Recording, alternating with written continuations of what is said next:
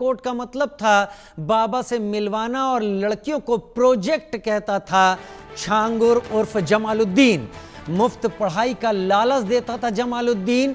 धर्मांतरण के लिए मिट्टी पलटना कोड होता था, यानी किसी का धर्मांतरण अगर कर दिया गया, करने की तैयारी हो गई, तो उसे मिट्टी पलटना कहता था जमालुद्दीन, जिसका चेहरा आप अभी टीवी स्क्रीन पर देख रहे थे। इसने अपने को छांगुर बाबा कहकर प्रचारित किया था। ये जो चेहरा आप गोल घेरे में देख रहे हैं, इसे किसी बात से मतलब नहीं था, सिर्फ और सिर्फ गैर मुस्लिमों को इस्लाम में कन्वर्ट कराने का इसका धंधा था और उसके लिए इसको फंडिंग भी दी जाती थी। अब इसका रहस्यमय लोक खुल रहा है। कोड करता था, कोड लैंग्वेज में काजल करने का मतलब प्रभावित करना, दर्शन कोड का मतलब जमालुद्दीन से मिलवाना, लड़कियों को प्रोजेक्ट कहता था। छांगुर के कोड AIS जांच में डिकोड हुए हैं। बातचीत कोड वर्ड में कहता था। ये शख्स जमालुद्दीन उर्फ छांगुर बाबा एक बड़ा इसने अपना जगह बना लिया था विदेशों से फंडिंग के चलते, और लोगों को धर्म परिवर्तन करने, खास तौर पर लड़कियों को इसने पैसे की कीमत रखी हुई थी। 15 से 16 लाख रुपए ब्राह्मण, क्षत्रिय और सिख लड़कियों के देता था, और बाकी जाति के लोगों की उससे 10 से 12 लाख देता था। अभिषेक, जमालुद्दीन के राज अब खोलकर सामने आ रहे हैं, लेकिन जमालुद्दीन की कोड लैंग्वेज क्या जमालुद्दीन ही जानता था या और भी बहुत सारे लोग जानते थे? ये महल टूट रहा है तो जमालुद्दीन के कोड भी बिखर रहे हैं। बिल्कुल राजीव, ये एक बहुत बड़ा सिंडिकेट जो ना सिर्फ उत्तर प्रदेश के कई अलग अलग जिलों में एक्टिवेटेड था, बल्कि पूर्वांचल और कई जगहों पर बाकायदा अपने पैर पसार चुका था। देश में बाकायदा लैंड बैंक तैयार किया जा रहा था, और इस जगह पर जहां मौजूद है बलरामपुर के उतरौला में, यहां की डेमोग्राफी को लगभग बदलने की पूरी तैयारी कर चुका था। ज़मीनों पर कब्जा, मनमाने तरीके से ज़मीनों को खरीदना, निराश्रित लोगों को धर्मांतरण के लिए प्रेरित करना और उनकी लाचारी और मजबूरी का फ़ायदा उठाकर उन्हें बड़े पैसे का लालच देकर इसके लिए ना सिर्फ गुमराह करके उनका धर्मांतरण करना, बल्कि उनकी मासूम बच्चियों को विदेश भेजना, उनका धर्म बदलना।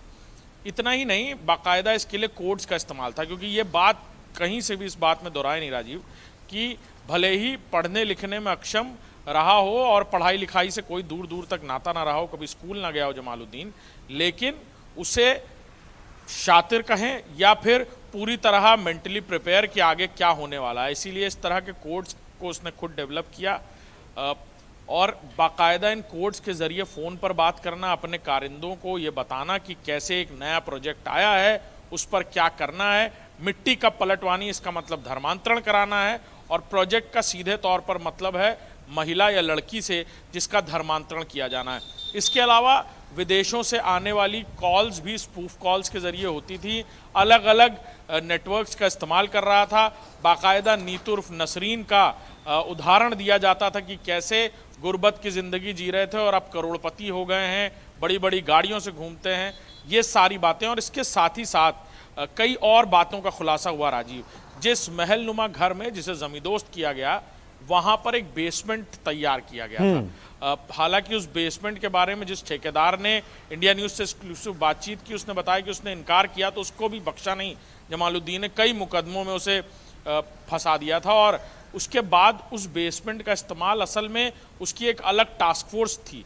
कुछ नौजवानों को उसने इस कदर ब्रेन वॉश किया था कि वो उसके कहने पर कानून और गैर कानूनी काम क्या है, कानूनी तौर पर इसके बिल्कुल इतर होकर कुछ भी करने को तैयार थे।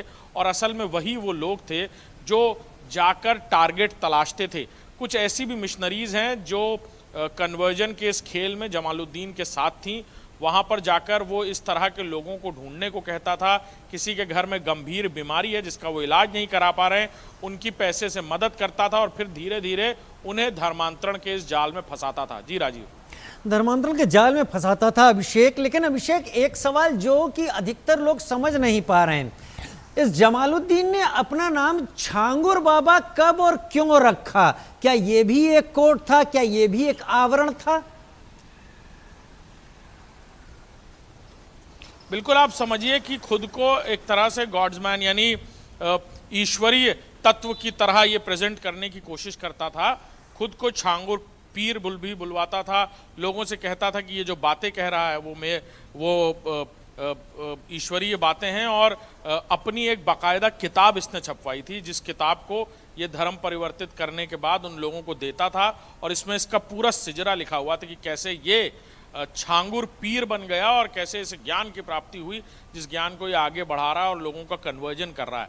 सीधे तौर पर कहा जाए तो ये एक बहुत बड़ा प्रोपेगेंडा था, जिसके चलते यहाँ पर इस्लामिक स्टेट तैयार करना और ख़ास तौर पर यहाँ की डेमोग्राफी बदलना, गरीब मजलूम लोग, बेघर लोगों को पैसे का, लाखों रुपयों का लालच देकर, बाकायदा एक रेट कार्ड था जिसमें अपर क्लास के लोगों के लिए 15 से 20 लाख रुपए, निचली कास्ट के लोगों के लिए यानी कहा जाए कि ओबीसीज और एससी के लिए बाकायदा 10 से 12 लाख रुपए तय किए गए थे। किसी के घर में अगर कोई गंभीर बीमारी है उसके लिए 10 लाख रुपए मदद के तौर पर, और फिर ये कहना कि तुम इस धर्म में रहकर क्या पा रहे हो, अगर दूसरे धर्म में आ जाते हो तो तुम्हारा जीवन बदल जाएगा। ये सारी बातें और आवरण के तौर पर कहा जाए तो अक्सर इस तरह का आवरण लोग लेते हैं, और उसने छांगुर बाबा का आवरण लिया था।